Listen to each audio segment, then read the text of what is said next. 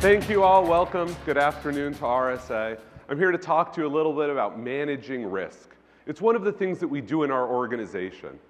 And we like to think that it's a really hard discipline. It's so hard we call it herding cats.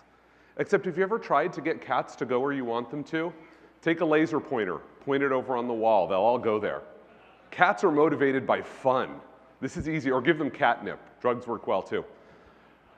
Fear motivates the back of our brain. It's where we're lizards. Have you ever tried to herd a lizard? Every noise, and it will jump and hide. It's going to go to the nearest hiding spot. And if there's a bunch of lizards, they'll all find different hiding spots. Trying to get a group of lizards to move in one direction, that's hard. And it's really hard if you don't understand how they're going to think, and especially if you don't talk their language. So let's think about how we talk with our business. And so imagine that you're working inside your organization and somebody in the business comes to you and says, I have this product and I have been told that I have to get your approval before I can launch it. Is it safe? Is this okay? Safe. That's a fun word. So what do? Well, we have learned from each other. We've learned to hand people a checklist. And the checklist goes something like this. Here's everything that everybody has ever done wrong. Prove to us you haven't done any of those things wrong. Now, we don't always know why we have that checklist. There's an apocryphal story about 5 monkeys and a ladder. Some research allegedly done, not clear it ever happened. Take the ladder, put a banana at the top of it. When one of the monkeys tries to go up, spray him with a water hose. Repeat until the 5 monkeys learn that going up the ladder is a bad plan. Now take one of the monkeys out and bring in a new monkey. What does the new monkey do? Banana. Heads for the ladder. 4 monkeys tackle him. Keep him from going up the ladder. Take an old monkey out, put in another new monkey. Repeat. At some point, you have a bunch of monkeys that have never gotten wet and will never climb the ladder. What they have learned is that ladders are bad. They didn't learn that researchers with fire hydrants are bad. That's the thing they should be worried about. That's what our checklists are. They're the list of everything that somebody's ever done that we said was bad, and so let's not do that again. Now, when we hand that to the business, their response is something like this. This is really long, it uses language I don't really understand, and this word safe and secure that you use means something different to me. Could you please fill this out for me? And we're happy to do so. We can justify our budget. We'll spend the time filling out the checklist for them, and then we'll find a problem. We always do. So maybe our problem is that the developer is using MD5, and that's a deprecated algorithm, and they should move forward to something like SHA-3 or Poly 1305, and these are words that are very complicated for them. And so they ask us, well, is it okay if I go forward? Is this safe enough? Is this really a showstopper? And now this is the hard part. This is where we sit and realize that we have just been trapped. Because if we say that this is a showstopper, the business is going to go forward anyway.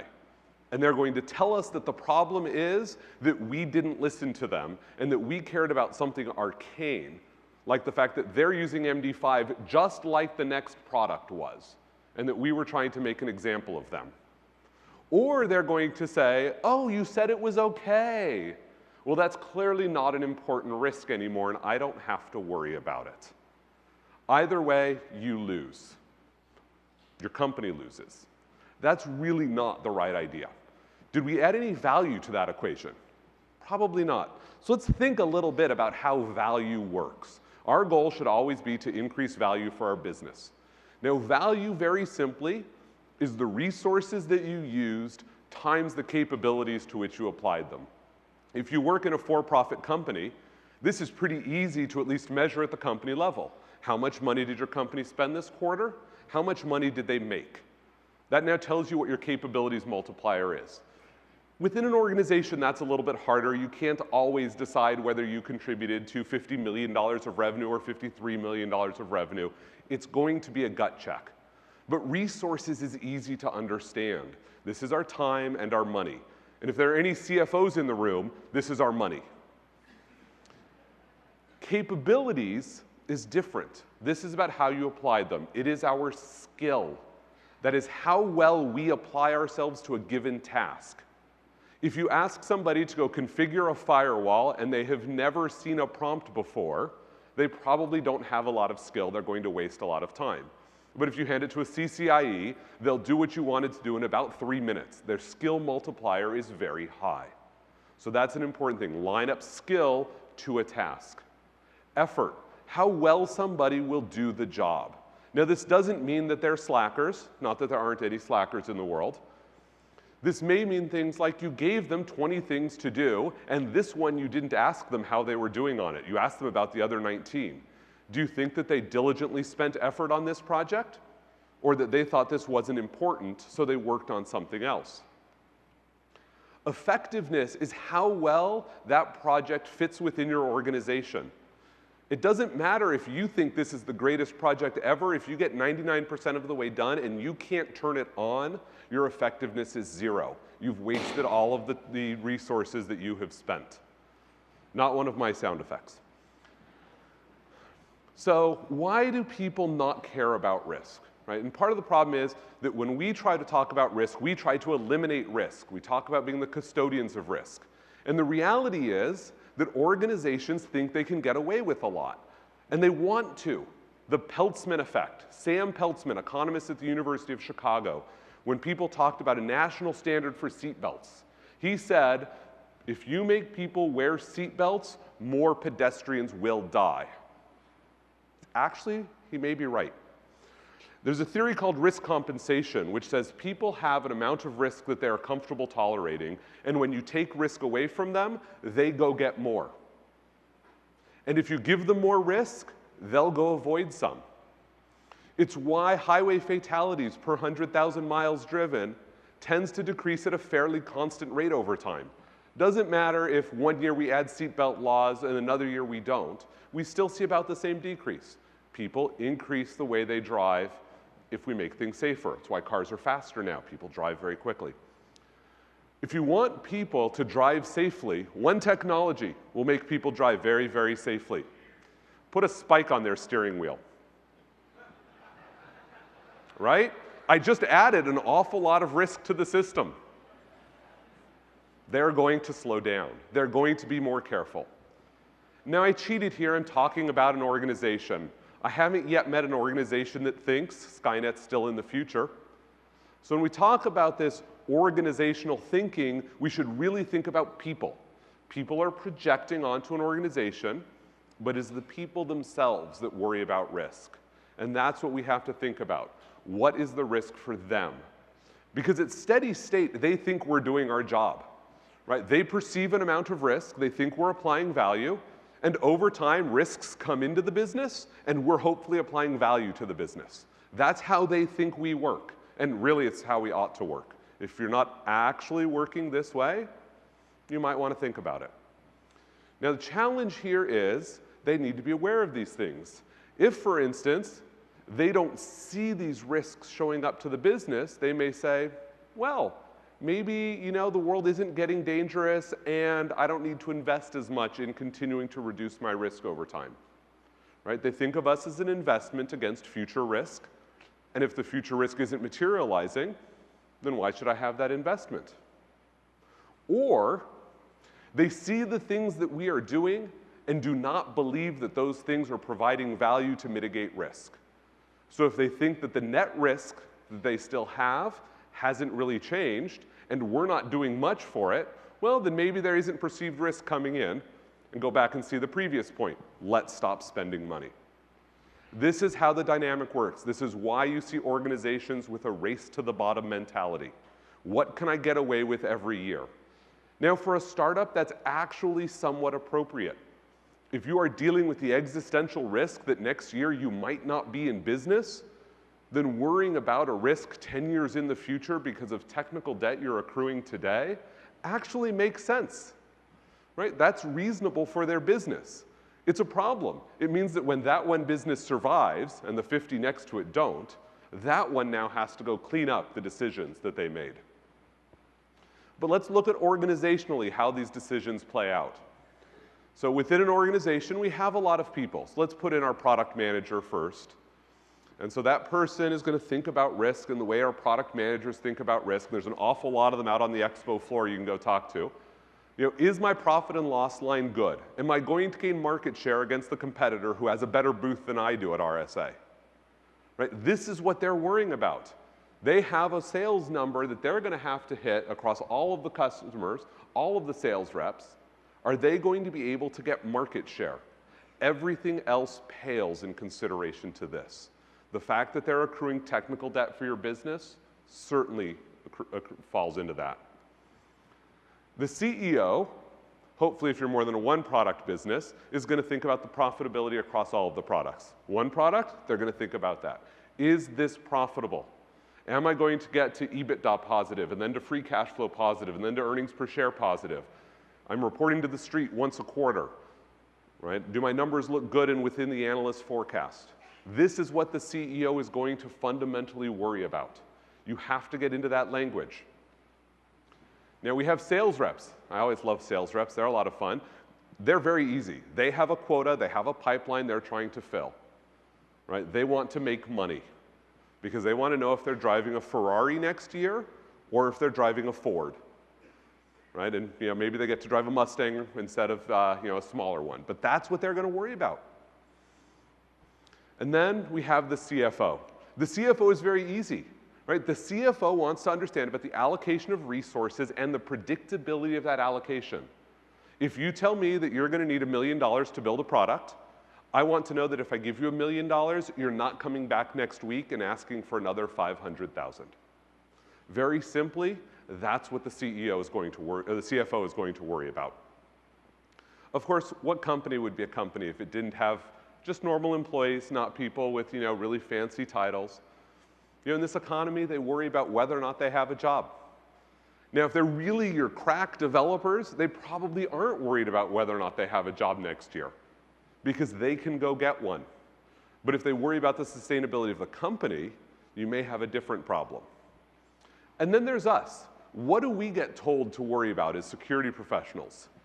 We get told to worry, are the things you're doing safe? You are the custodian of risk. It is your job to be the conscience of the company. I'm sure you've all heard those mantras before. And what does this word safe mean? Everything else up there is very clear. Safe, not at all clear. Caspar Weinberger, when he became the Secretary of Defense, told this anecdote when somebody asked about the difficulties of his job. And he said, these people don't even talk the same language. If I tell somebody to secure a building, which I think is a very obvious statement, the Marines will show up and kill everyone inside and maybe blow up the building for good measure. If I tell the Army to secure the building, they'll make sure that they have enough concertina wire to put a ring around the building, set up command posts and shooting lines with enfilading fire to ensure nobody can approach the building. If I tell the Navy to secure a building, they will make sure that the doors are locked and the windows are shut. And if I tell the Air Force to secure a building, I'm going to end up with a 3-year lease with an option to buy. That's us. And I'm an Air Force alum, so in case you wonder if I was picking on somebody else's service, mine at the top. That's the way people think when you talk about words like safe and secure. They don't know what it means. And they're going to apply their own meaning to it. And you have to understand that and speak in their language. Now, I cheated here. I put up 6 caricatures of people. These are not actually people. These are the lizards that I'm talking about when I talk about risk. Each person is different. If you walk up to your CFO and say, if this is exactly what you care about, expect to be laughed out of the room. But ask them what they care about. Last night, I sat down with my marketing manager who's running RSA and said, what do you worry about? And she's like, well, I'm hoping that we have the right number of qualified first appointments and leads out of coming to RSA, right? Now, I would have said, well, are you worried about all the email lists getting breached and somebody else getting them? She's like, well, as long as I still have my copy, that's at least better, right? And that's fair, right? And I'm putting some of those words into her mouth. I don't want her to be too worried about that. But realistically, right, this is their risk. We spent a lot of money to be here. We want to know that we got something back for that. Now, we talked a little about set point theory. Now, anybody here who's ever tried to lose weight knows what set point theory is. It's that things like to return to a certain point, right? I weigh 197 pounds right now. I'm very fortunate because I was 220 a while ago. I'm very afraid that my body's going to go back to 220, right? Everybody who's lost weight, you run into this. You have some amount of risk. It's the same way. You want to accept this much risk. So when something comes in that worries you, you learn about some new risk. It drives up your awareness. Your natural reaction is to do something about it. You're going to act, apply security value to reduce the risk. And then you get to go on. And then this happens again. Something comes in, increases risk. We apply value, we decrease risk, we move on. That sounds really great. Like, this is the perfect world. If we could all live in this world, it would be great. But this is the world that we tell ourselves we live in. That's how our brains are wired to work. Instead, what often happens is we develop risk psychosis. We're cruising along and we learn about some new risk. Somebody releases a report and it tells us about this scary new threat that we don't know how to deal with. And it comes up and we're like, oh my goodness, whatever will I do? So we apply some value to it. And after doing that, we think about it and we realize that we have a lot of risk we didn't have before. Or maybe this was something new. You know, our CSO came in and scared us with this existential threat. And we have to think about this. We're very uncomfortable with this concept that we have more risk now. So we can tell ourselves two stories. We're humans. We're really good at telling stories.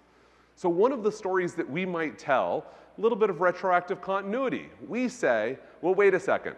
I know that that was about risk I perceived. Let me talk about actual risk. Now, we're still talking about perceived risk, but we're going to tell ourselves this is actual risk. I was always this risky. And I learned about this thing, and then I came back to where I was before, so I'm okay. That would be healthy, because that's not what most people are going to do, because they're still not where they were before. But at least if they did this, they would try to reduce risk to come back down.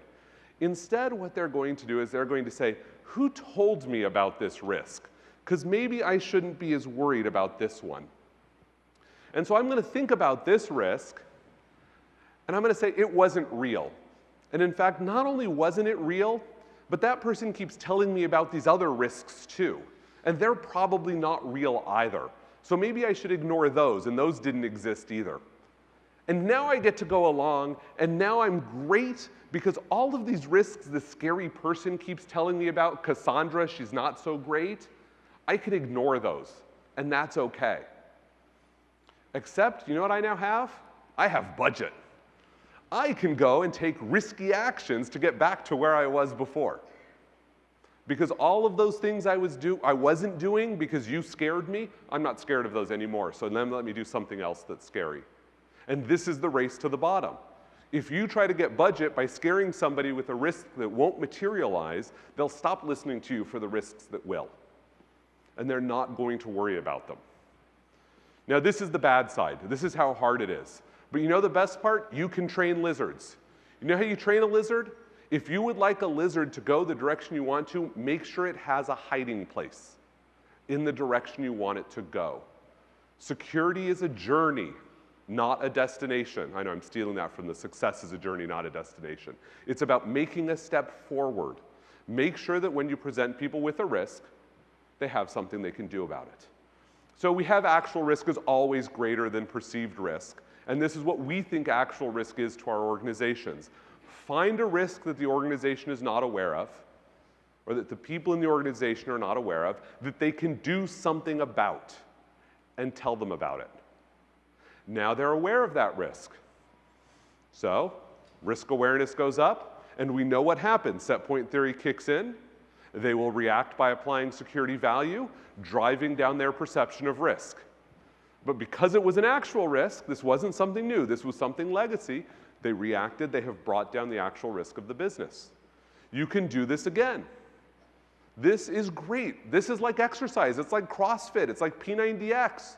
If you're into fitness, you completely understand exactly how this works. You can do this over and over and over again. And at some point, risk comes down to somewhere manageable. This is an organizational muscle. People start to think about it. You give them a reward, they feel good. If when people talk to you, all you ever do is scare them and don't let them fix a problem, they don't want to talk to you. You make them feel bad. If instead they get to talk to you and say, hey, look what I just did. I fixed this problem. They get a high, they get a rush, they feel better. And then they're going to want to come back and talk to you again the next time and tell you about the really great thing that they just did. And the next time is what is important. Because it's not about trying to fix everything tomorrow. If you try to go in and fix your organization in one day, you're likely to fail. You have to remember that people have residual risk themselves, and you can hook into that.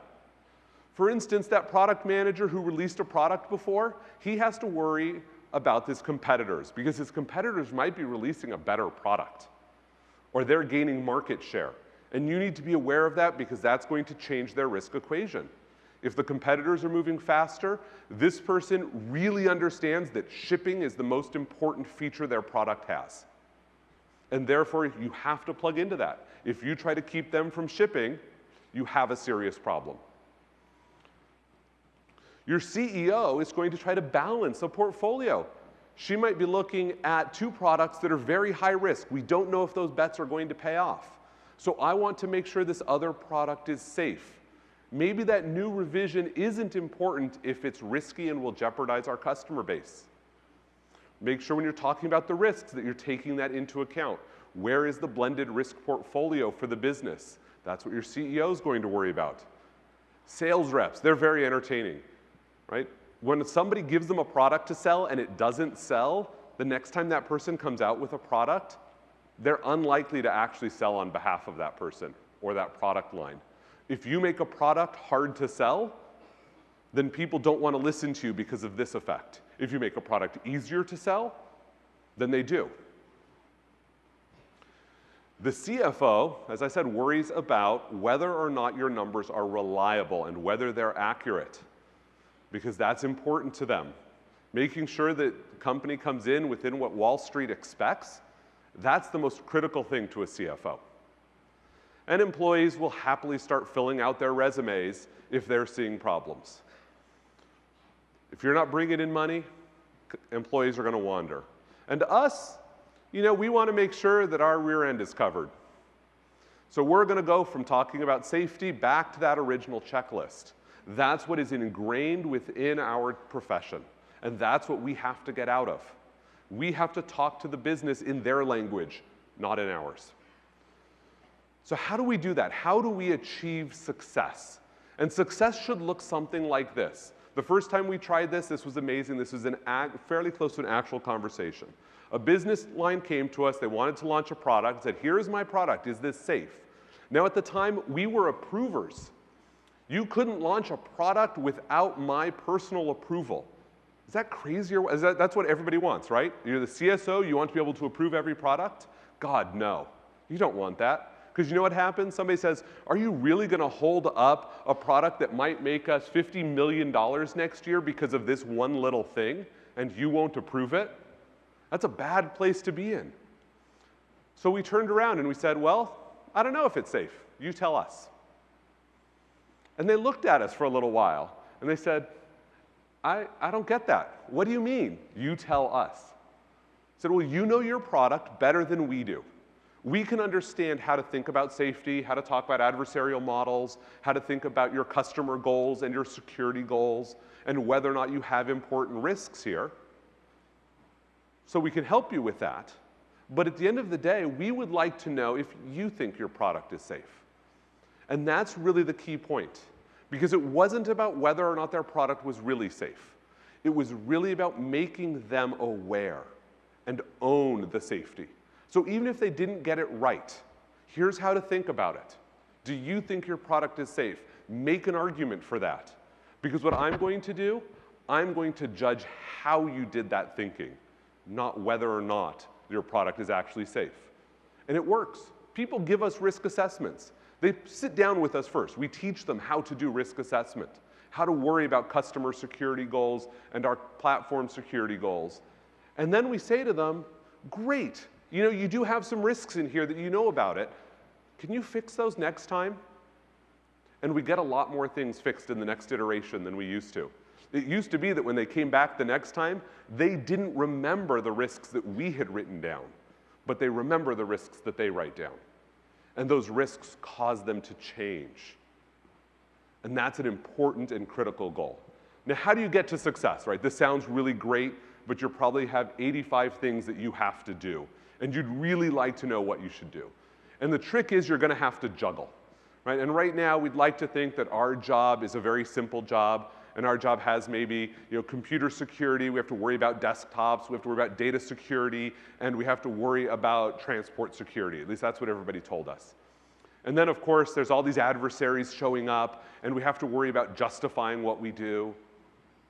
And then, of course, there's all the other things that come along. Worry about innovation, dealing with law enforcement, globalization, worrying about whether or not we're a cost center, return on security investment, 17 things. Now, if I said to you, I want you to be successful, and please juggle 3 balls for me, that's actually pretty easy if you know how to juggle it all. You can juggle 3 balls. If I hand you 5 balls and say, I'd like you to be successful, please juggle 5 balls, if you're not really well trained, you're going to fail. 5 balls are on the floor. And if I say, I want you to be successful, here are 17 balls, please juggle for me. If you're at all smart, you'll take a moment, and you'll look at the 17 balls, you might call me an idiot at that point, and then you'll set 14 of them down. You know you cannot juggle 17, you're not going to try. You pick up 3 balls and you juggle them. And that's the important thing to do. Get rid of the things that you cannot succeed at. Find the ones that you can, that will maximize your capabilities, that will increase value right now. Because those are the things you can succeed on.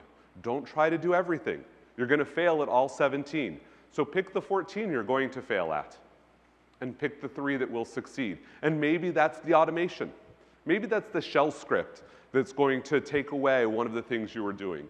Maybe that's automating compliance awareness so that you can make sure everybody checks the box that they have seen the security policy and you're not spending a whole person trying to track people down. Because at the end of the day, what we're trying to do is increase value for our business. That should be the security goal that we all have.